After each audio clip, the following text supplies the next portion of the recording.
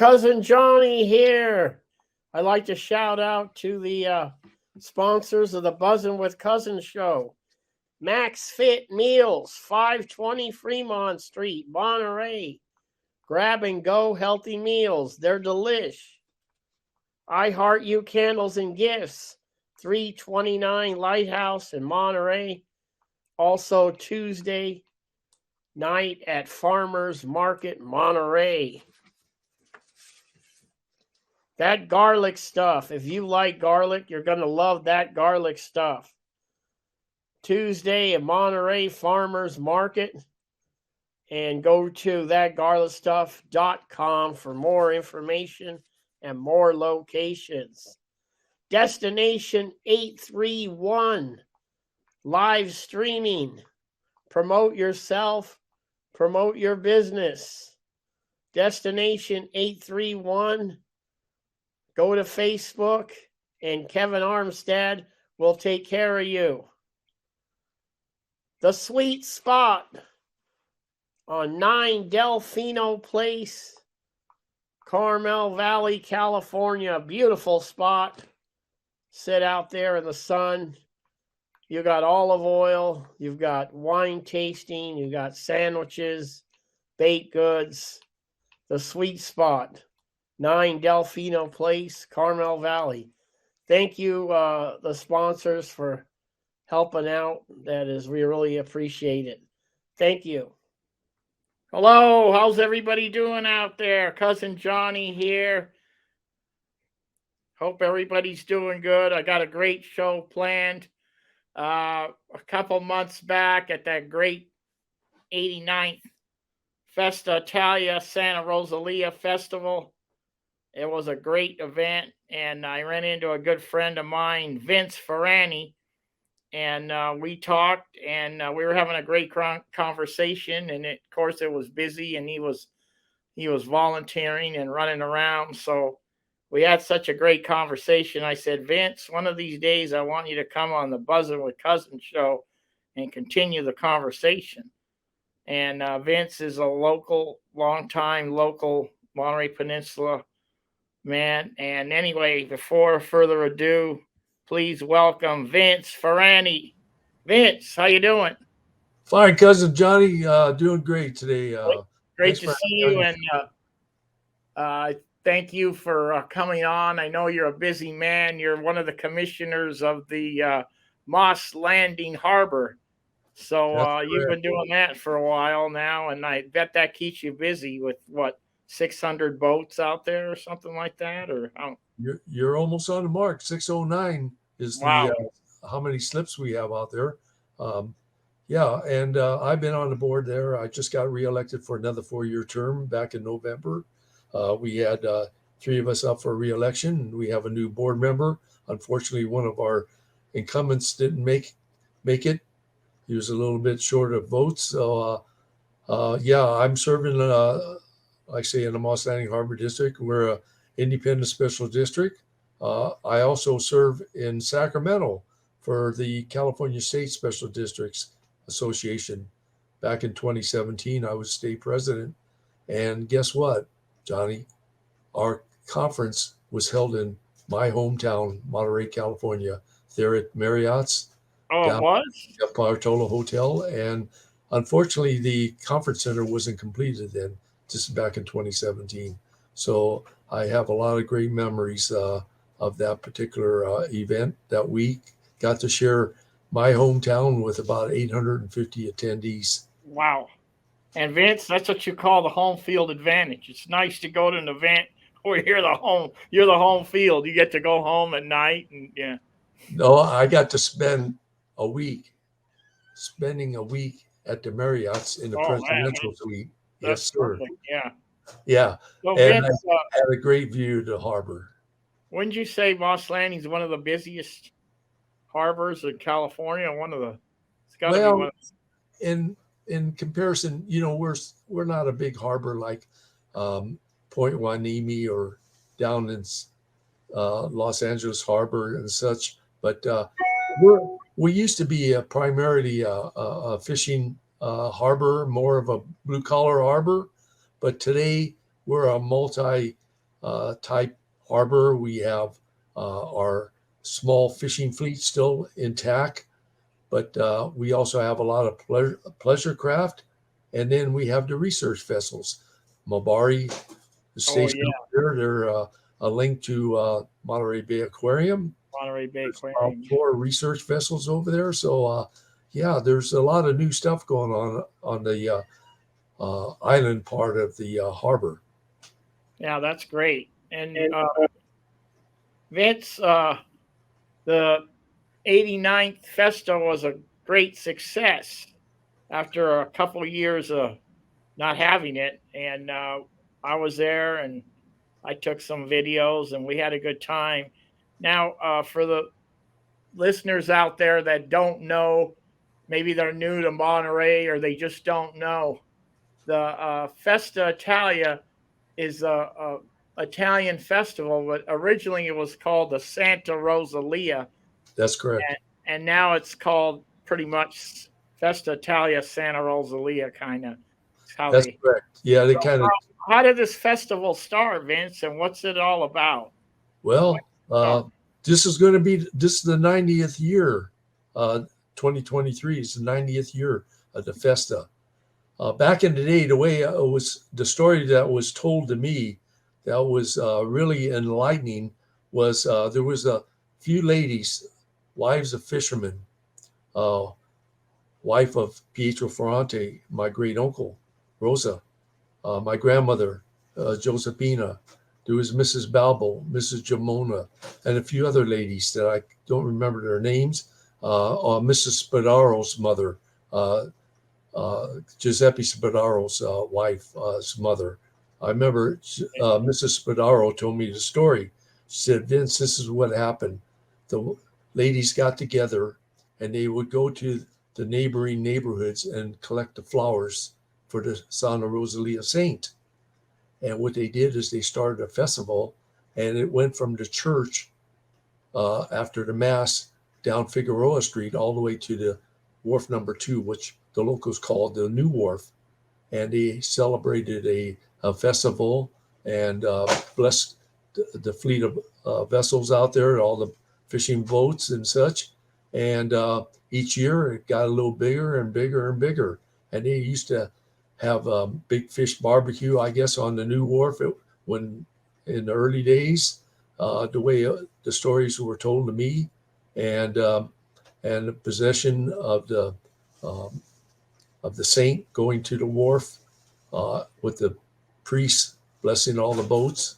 And eventually we had a bishop come into town and get on the bow of a boat. And they had the boat parades where the big purse seiners down to a 30-foot vessel would go in a circle formation. And it was I remember back when I was a kid, that was quite a big event. It lasted for a couple, 3 days. And then they started the parade. The parades varied from daytime to even evening. I was in a parade on a big skiff that my great uncle Pietro had on a float. I was up in the bow. I was just a young kid, probably about 10 years old. I remember we started from New Monterey on Lighthouse Avenue, was the gathering point for the parade. And it went all the way through the surface streets. In those days, of course, the tunnel wasn't there, but we also came down Lighthouse Avenue, curved there, and down towards the Custom House, the top of wharf number 1, the Fisherman's Wharf, and then down Lighthouse. And then, remember in the old days, the split, you had Cala Principal to the right, and you had Alvarado went kind of to the left a little bit. Right. And it went down towards the left, and then it ended up over there where the old Safeway, where Trader Joe's is today, in the parking lot. That's where they ended the parade. And then later, Johnny, they had the music. People would dance in the street at night. This is like a Saturday night. Oh man, big celebration. And then the next day was the mass, and then the saint possession to the wharf, and blessing of the boats and stuff like that. So now it's Vince, quite a bit. the the saint Santa Rosalia. How did that happen? Is she a a fishing saint, or I mean, how did that name happen? And The story I got, Johnny, was she was the um, patron saint for, I guess, in Sicily at one time, years and years ago. There okay, was a plague, some disease like a plague that occurred, and she things got better, and so the fishermen chose to have her as a designated saint for the safety and the welfare of the fishermen out at sea. And so she was the protector, so to speak, of the fishermen for the fishermen, and so that carried on. A lot of Sicilians, back to turn of the century and beyond, came and immigrated to the United States by way of Ellis Island or down in New Orleans, entered that way too, and made their voyage across the United States, and ended up first. They ended up down in what they called New York Landing, Black Diamond, which is on the okay, Sacramento River, present day. That's Pittsburgh, California, and that's where the story began. The immigration for the Sicilian fishermen, and then from there, um, there was the checking out San Francisco Bay for fishing, and also eventually some of them came down to Monterey to scout the waters. They heard the waters of Monterey Bay was ideal. It was very similar to Sicily, so that's how things started changing. well, that's how people started migrating to the U.S. and then coming to Pittsburgh, California, and Yeah, that was Monterey, Black Diamond. California. But Yeah, that's a great celebration that we do to honor the Italian heritage, and take our hats off to these hardworking fishermen that have over all the years here in Monterey.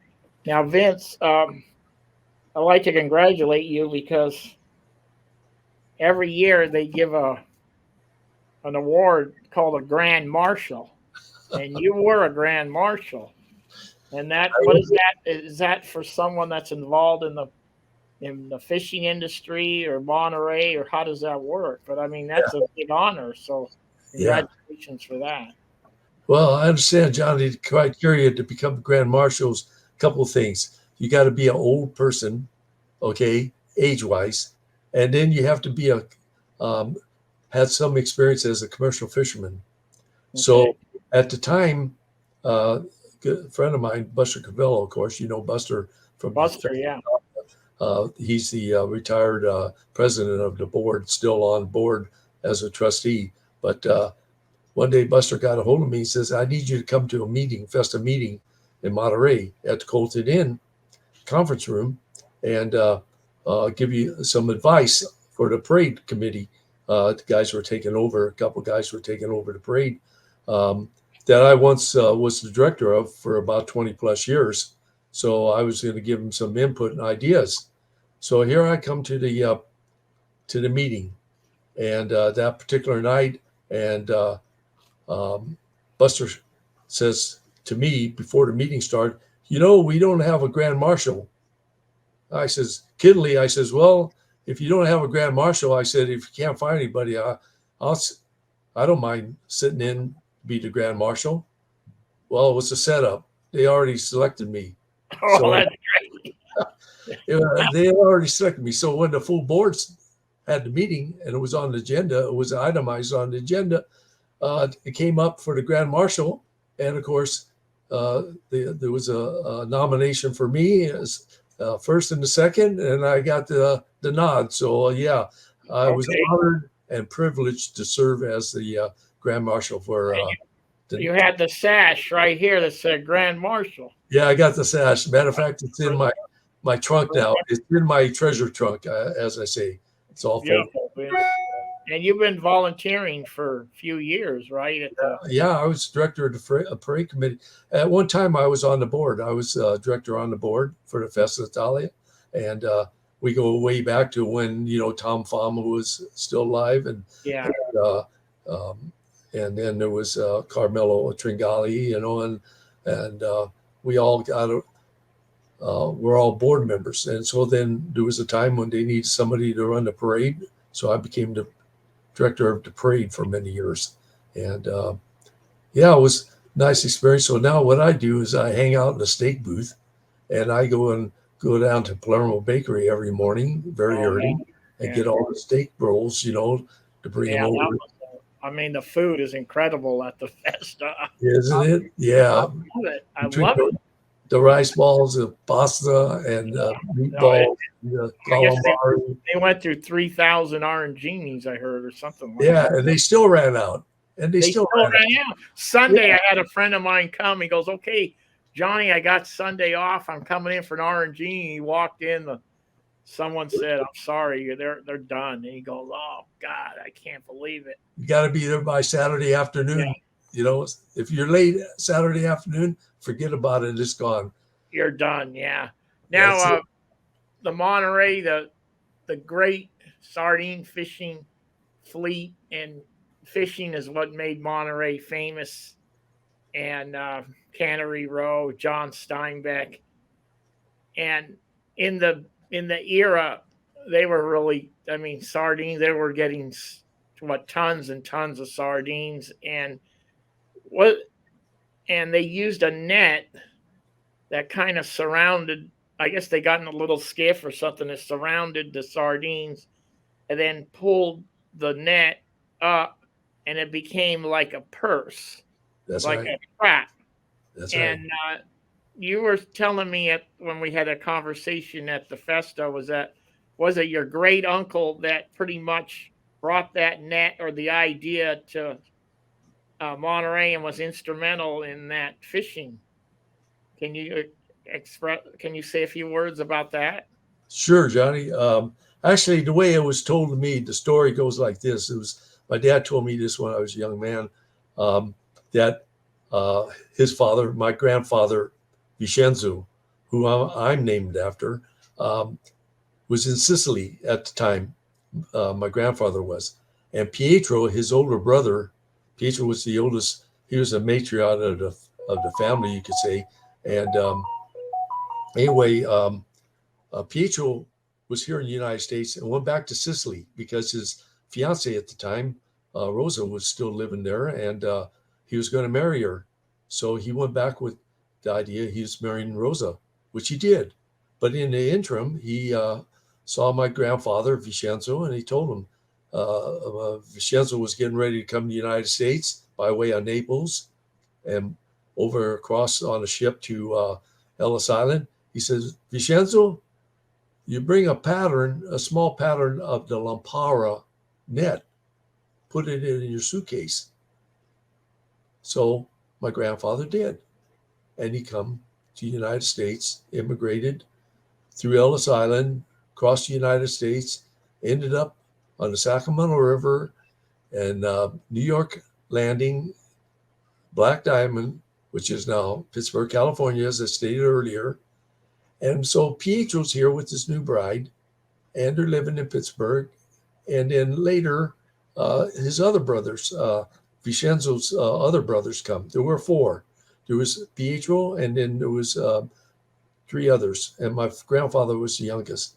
So they fished the waters of Sacramento for a while, and then Pietro, he met a fellow by the name of Knut Hoven, and they together went to San Francisco, checked the fishing sites out over there in San Francisco Bay and the outer coastal waters. And then somebody told them, go to Monterey because it's very similar to Sicily. Yeah. So they did. They came to Monterey.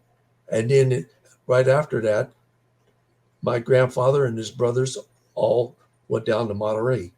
And that's where the beginning started because they had Portuguese, they had the Chinese and Japanese fishermen already fishing waters there in Monterey before Sicilians started coming in. And so that's the beginning of how they changed the fishing idea of catching fish in Monterey Bay was with the lumpower net. My grandfather had the pattern. So what they did is they made the net off that pattern, and they formed, that's how it was formed. And then from there, they went out in the waters and used, in those days, Johnny, the story goes that they had sailboats with no motors in there, and Okay, yeah. a little boat that they towed behind it called a liner. And then they came out with the gas engines, which they said it was dangerous with the gas engine. And then they still had the liner behind them because they didn't have a room on their main vessel with a fish hole. And then later they were starting to build the boats with the diesel engines with the fish holes, so they didn't need the liner, but they needed the skiffs. So when they laid the net, part of the skiff or part of the net was taken by the skiff, and the skiff man oared, like you said, in a semicircle around and attached the skiff to the boat, to their fishing vessel. And that's how they formed to capture the fish in a net. And it was like a purse, like you said. And then what they do is they draw like a drawstring and close the bottom. So Right. sink, right? So now you got a purse. And then what they used to do is physically, with a big scoop net, and braille the fish out and put it in the hole on the fishing vessel. And then these were maybe 36-foot vessels. And then later in time, the purse seiners were starting to be built. They wanted bigger and better vessels. Bigger, yeah. You're starting to get the 70, 65, 70, 80, 85-foot vessels, wooden vessels being built. A lot of them being built up in Tacoma, Washington. Yes. The yards up there, and yeah, so it started changing the fish industry from a gill net, bigger mesh, to a smaller net, smaller mesh, better net. And these were all nylon nets, in those days. And then they had to preserve the net. So how do you preserve the net? What they did is, remember on the old wharf next to where Rappa's restaurant was, they had the tanning tanks. And periodically they bring the nets in and put them in the tanning tanks, and they burn the bark in there, with the hot water, and dip the nets in there and leave them submerged in there for a while, and let them cook, and then they haul them out and let them dry and put them back on the boat. Beautiful. And of course, now they're using nylon nets, what fishermen we still have around here. But Vince, I got a couple photos I want to show. And go ahead. here's my goodness, yeah. The Geraldine. Here's a boat loaded with sardines. And yeah, that's the Geraldine. That's one of the historic pictures in Monterey. There's the you see how many fellows that are on that boat crew up there. Yeah. My dad, they had like eight or 10 guys on the boat on the New Admiral. And probably about that was the first boat before World War II that they had, and then the second boat was the J.V. Ferrante that they had. It was a smaller boat. It was 38 footer. There's the fleet. There's the fleet. Yeah. You see the Dukes right in front of you. Right here. They were all in moorings in those days. Yeah. Majorana's boat, was it? Yeah. My dad fished on the Diana for a while with Pietro Majorana. He was a good friend of the family. And then there's the Western Flyer that's been refurbished and is coming back to Monterey within the next month or so. We're looking forward to it, Johnny. That boat was the history behind that boat was, took John Steinbeck. It won the bid. My dad was in the running also with his boat, the New Admiral, and others. Yeah, and my dad and my uncle met John Steinbeck here in Salinas at a creamery down in O-Town. And John came in and ordered a milkshake and brought a bottle of beer in with him. And I was laughing. My dad told me that story. I said, no, why did he put beer in a milkshake? And he says, well, that's the way he liked to drink milkshakes. Yeah. So I read a book that he did do that, with his milkshakes.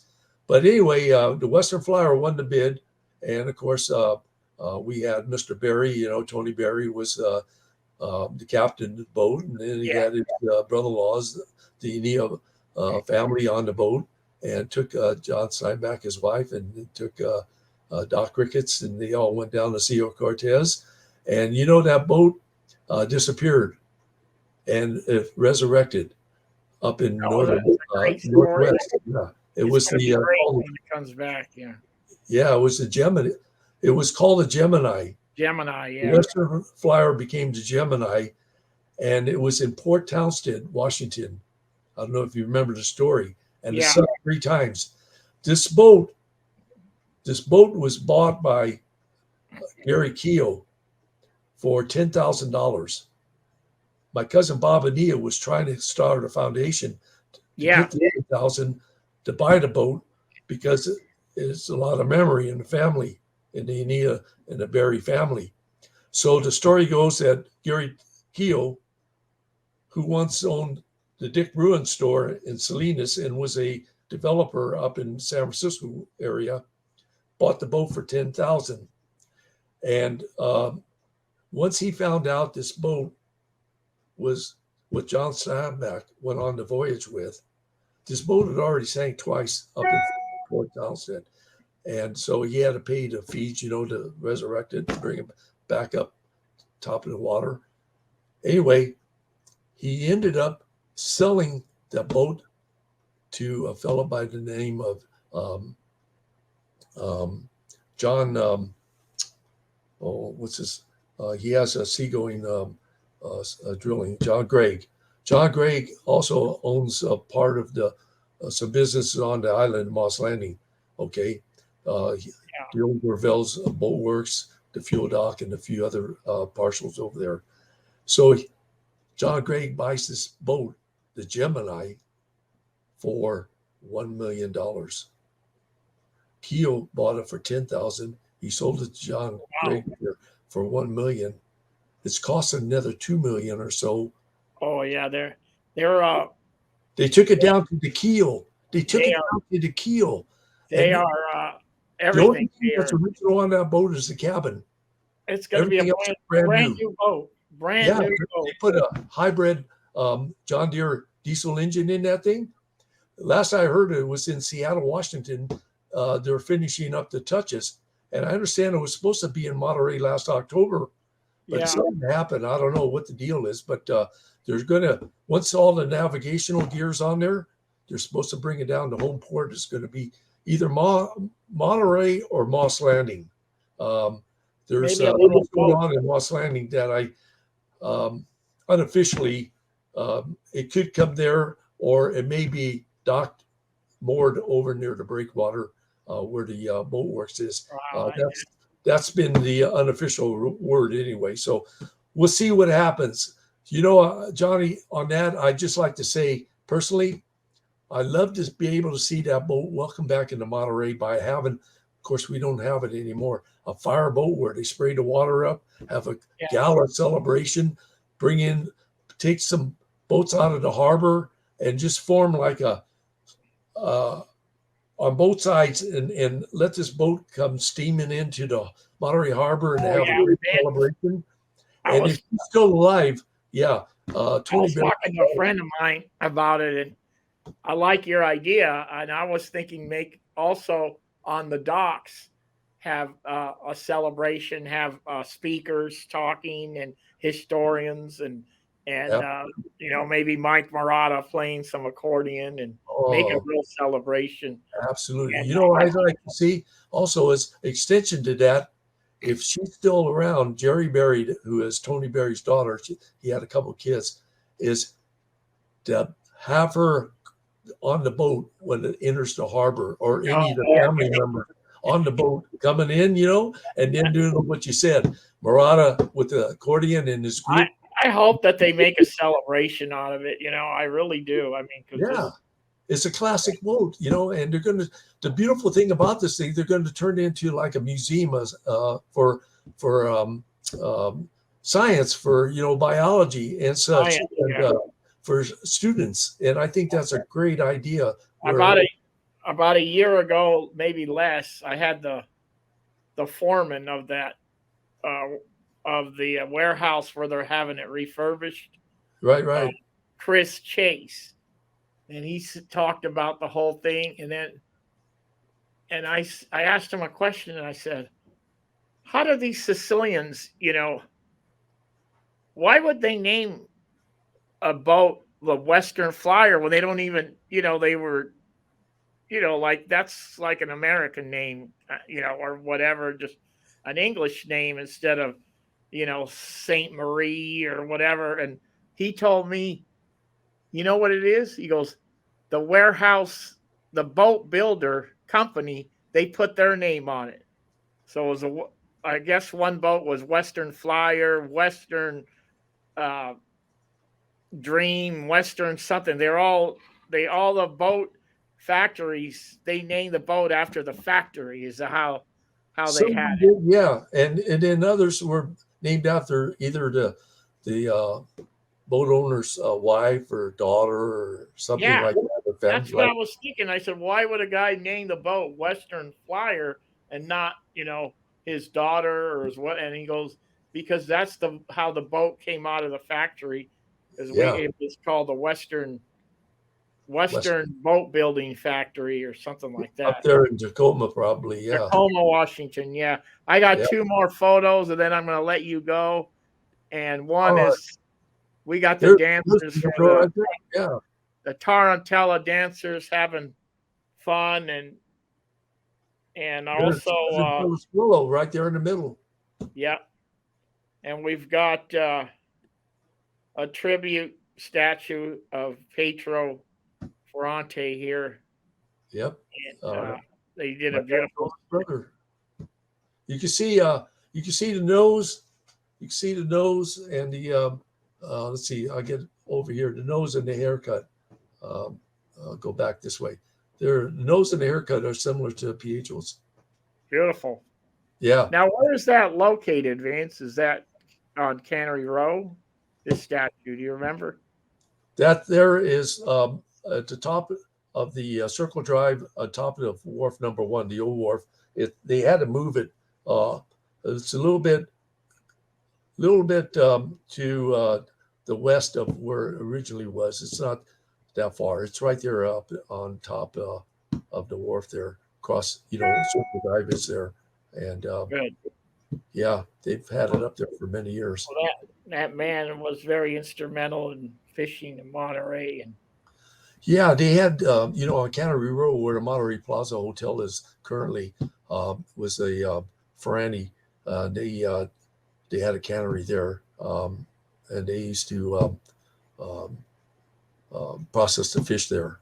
It was right there where a little jog, uh, and unfortunately, over the years they had those unfortunate fires that burned up oh one yeah. cabin after another. You know, Also, Vince, on top of the Marriott, the ballroom is called the Ferrante Room, right? yeah, yeah, that's true. You know how that came about um, was one of the principals that owns the property and the building of the Marriotts. Originally, that was the San Carlos Hotel back in the day, and so a local ownership bought that. There was Peter Caniglio and Yeah.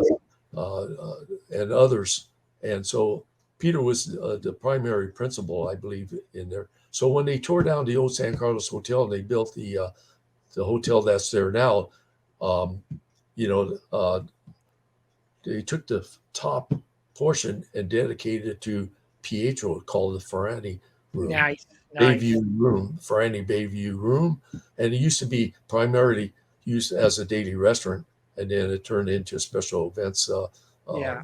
place. And yeah, so Peter was at one time, the mayor. He's a retired attorney, and so he dedicated that to his grandfather. And then down in the conference room, there were the Ferrante rooms, 1, 2, and 3. And Oh yes, I yes. turned to Peter. I says, "You got the hotel named, the restaurant up there named after your grandfather. I says, I'll take credit for the 3 breakout rooms that you have at the conference center. Yeah, for sure. So Yeah. we laughed about it, but yeah, that's a lot to do with that principle. Beautiful.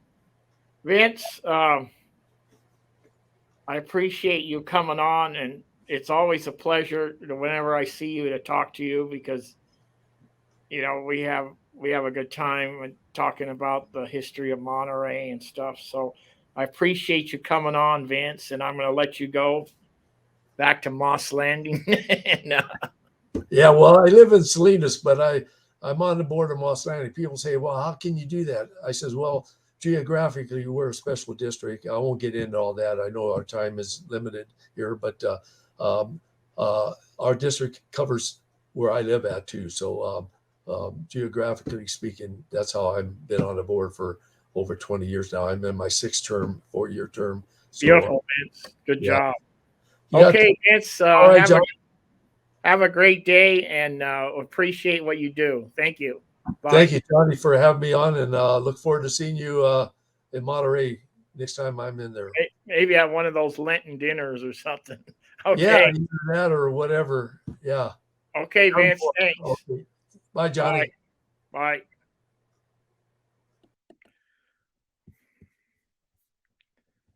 Vince Ferrante, local Monterey resident for years, a wealth of information, and one of the commissioners of the Moss Landing Harbor. Thank you, Vince, for coming on. Thank you, everybody, for coming and listening to this show. And we appreciate everybody. So, everybody, have a great day, and we will see you soon. Bye.